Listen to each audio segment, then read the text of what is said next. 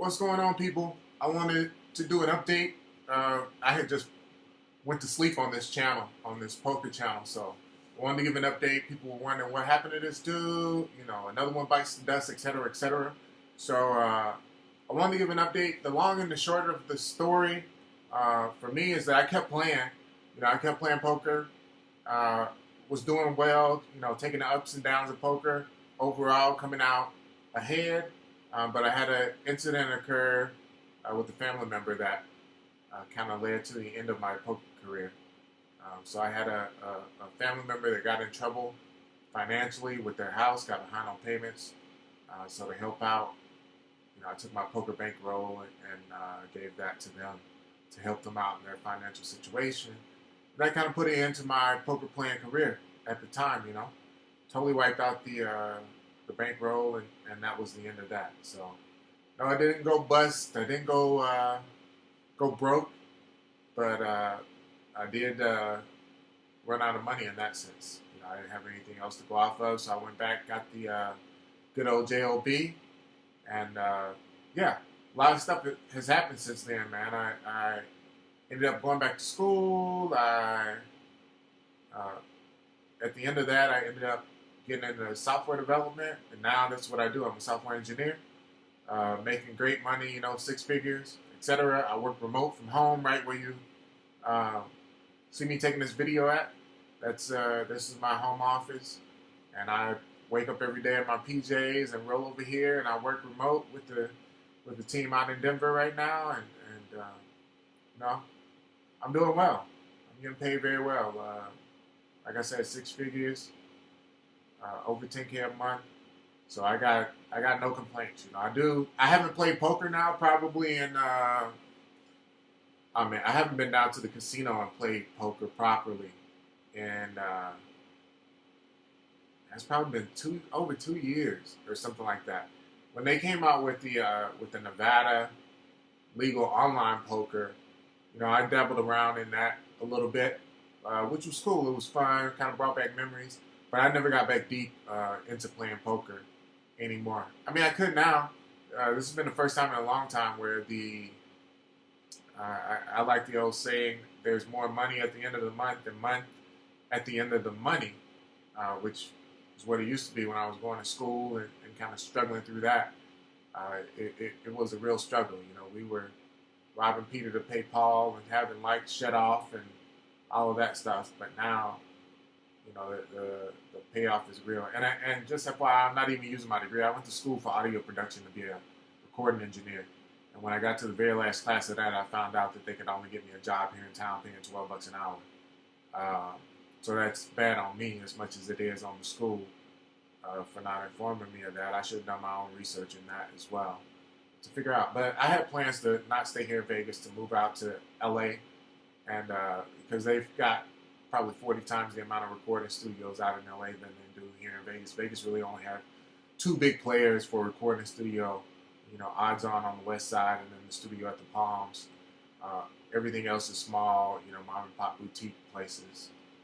Out in LA, you probably got a good 20, 30, 40 places you can go to record music at. But I ended up, meeting my lady, having a kid, two kids actually, all that stuff, which changes your plans when you got six pair or three pairs of eyes looking up at you, and you're the one responsible for feeding them. So I couldn't go out to LA and bum it on the couch for 6 months until I got a break recording people. So I had to switch it up and decide, what else could I do that I would enjoy doing, number one, and that paid good money. And it was software development. I've always been into computers, and I decided to get back into that. And I taught myself. So after going to school for 3 years straight, I actually ended up going online and teaching myself through various online resources how to program and code. And now that's what I do every day for a living. So I just wanted to give everybody an update that was wondering, what happened to this guy. He probably went bust or broke. That's the truth behind the story.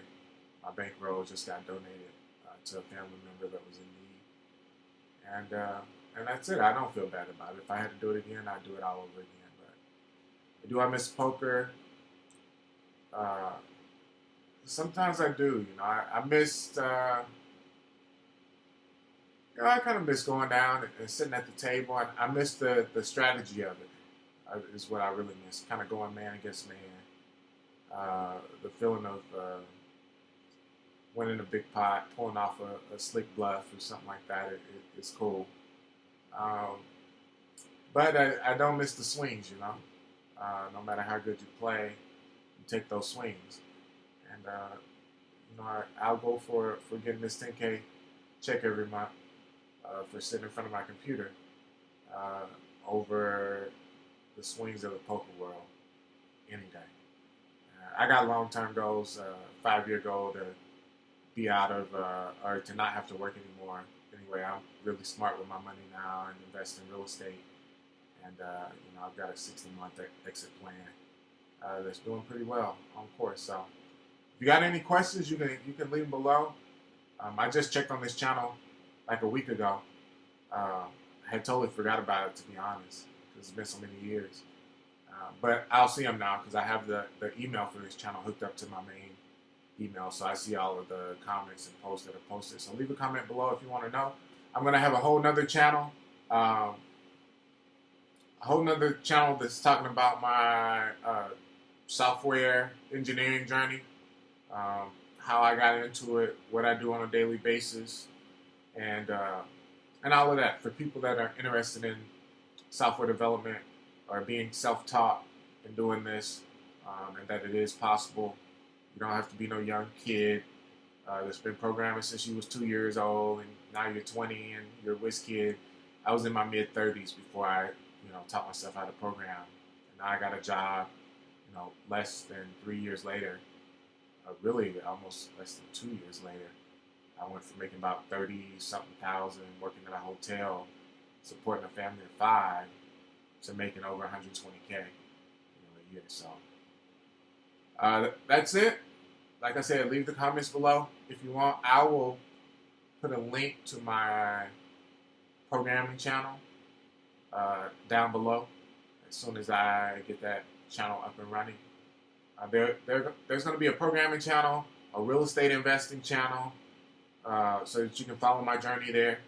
I like to be totally open and transparent, so all the wins I get, all the L's that I take, I like to put them out there, so that it's really beneficial and educational to other people. So, talking to a friend of mine the other day, and I said a lot of people only post their wins, and you're really getting the truth when they post their losses as well. So that's kind of what that's going to be about. One about that, one about programming, one about real estate investing, possibly a channel with me and my lady. I'm trying to talk her into it. I'm in I never really think about it anymore because we've been together for like 10 years, but in an interracial relationship, my lady is 3/4 Mexican, 1/4 white, and we've been together for a long time, been through a lot of stuff together. So my buddy was like, y'all should make a channel, about being in an interracial relationship, and I was thinking that's not really a thing. Like, people want to see that, but he said, yeah. I mean, he's from the South, deep South. I'm from the South too, deep South in Mississippi, and I forget that like interracial relationships are still not. Those still aren't huge things.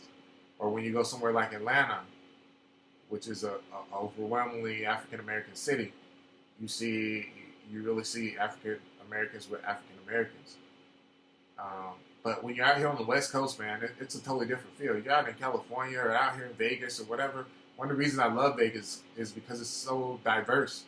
You got every ethnicity here.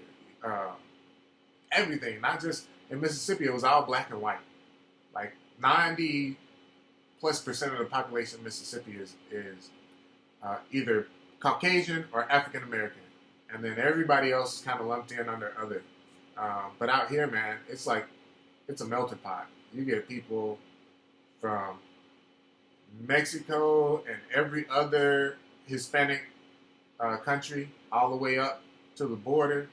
You got East Indians. You got people from all the Asian countries, Japanese people, people from Australia. One of my 4-year-old daughter's best friends is from England. She said, My daughter says she sounds like Peppa Pig. So that stuff has literally gone over my head. I've been in Vegas now for, man, I don't know how many, probably about 15 years or something like that. Um, and before that, I was overseas in Japan for another 5 years. And I haven't lived in Mississippi since 1999, if that tells you something. So um, that stuff has really gone over my head. But if he says there's an audience out there, I'll make a channel with me and my lady, and we'll talk about interracial things. Because it really, I think her side would be more beneficial than anything, because she is now the mother of a black son and a black daughter. They're mixed, but to the outside world, he's a black boy and she's a black girl.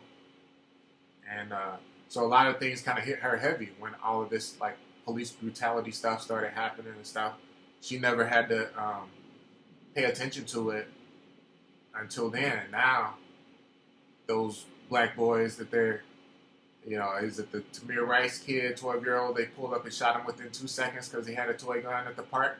Somebody called the police, said there was a guy at the park with a gun, and they pulled up and shot him. That could have been my boy or her boy, And the kid Gardner or whatever that was selling cigarettes on the street, and they choked him to death, and all this stuff. Trayvon Martin that's just walking through a neighborhood with a hoodie on, and this overzealous neighborhood watch guy follows him and ends up shooting him. So, yeah, I think it'll be an interesting tape to hear it from her eyes, from somebody who never had to think about it. Because for me, being a black male, like, that's my life. I know when I go places that there is a certain perception of me when I walk in the room. I'm a 240-pound, 6'2" black guy. So I walk in the room, and people already have stereotypes about me. They have no clue who I really am, that I'm the nicest guy in the world. My wife gets mad because I'm so non-confrontational, and I don't like conflict at all. I'm an intelligent guy, I make 6 figures, and I'm a father, and all that stuff. They don't see that. They see a 240-pound black guy. And I've literally seen people cower. Not literally cower like on a ball in fear, but I've left my work when I was in Denver. The company I work for is in Denver. I was leaving Denver one time, or leaving the office and walking to the parking garage, and there was a white lady in front of me, and she got on the elevator in the parking garage to go down, and I jumped on the elevator behind her, and when she turned around and saw me, I saw the look on her face of stardom. Denver is a overwhelmingly Caucasian city. It's a white city. There's not a lot of diversity in Denver. So she turned around, she saw me, she was instantly like scared. And she literally jumped off the elevator. And she murmured something like, "Oh, I forgot something in my office." And like scoured off. Like, she tried to play it off like, "Oh, I forgot something, and that's why I had to leave." But I saw from the look on her face, you can tell when somebody turns around and they see you, and they're literally like scared, or they have fear on their face and in their eyes. I ain't take no offense to it. It's happened to me before, just little things like that. I'm used to it, but for her, these are new things and new experiences, so maybe they'll find some good in it. I'm sorry for rambling. I'm gonna go. Leave comments below. This might be the last post I make on this poker channel. You'll have to check me out on my programming channel for anything else. Peace.